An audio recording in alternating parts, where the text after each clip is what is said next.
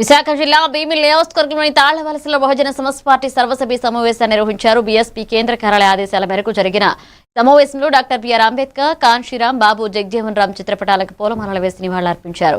అనంతరం జై భీమ్ జై జై భీమ్ నినాదాలతో సభ ప్రాంగణం మారబోగింది. ఇక భీమిలి నియోజకవర్గంలో బీఎస్పీని మరింత బలోపేతం చేయడమే తమ ప్రధాన లక్ష్యమని నాయకులు స్పష్టం చేశారు.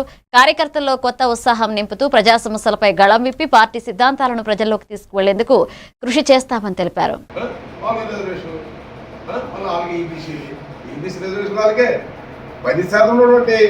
వాళ్ళకి 10% రిజర్వేషన్ కాబట్టి పోరాటమే గెలిచిన మాత్రమే. బాబాసాహెబ్ అంబేద్కర్ ఏం చెప్తారంటే పోరాటం చేయమన్నారు. ఆ పోరాటం చేస్తున్న ఈ జాతికి మనం లేకపోతే జై భీమ్. ఇది మనం ఏం చేస్తున్నాం, వాళ్ళు ఏం చేస్తున్నారు. ఎలాగైతే ఎక్కువ మళ్ళీ మన మీద వెళ్ళిపోతుంది అనేసి ప్రభుత్వం ఏం చేస్తుందంటే ప్రైవేట్గా ఎస్సీ ఎస్టీ బీసీ మళ్ళీ టార్గెట్ అంటే ఇది భారతదేశంలో ప్రైవేట్ రిజర్వేషన్ ఉండదు కదా. ఇది చదువుకుని ఏం చేయాలి, ఉద్యోగం చేయాలి. వాడు కూడా ఈ ఆ పార్టీలోనే తిరిగి వాళ్ళతో పాటు అన్ని చేసి వాళ్ళకి ఏమో పథకాలు, ఇప్పుడు స్టేట్ కంపెనీ కానీ మిగతా వాళ్ళు కానీ పథకాలు.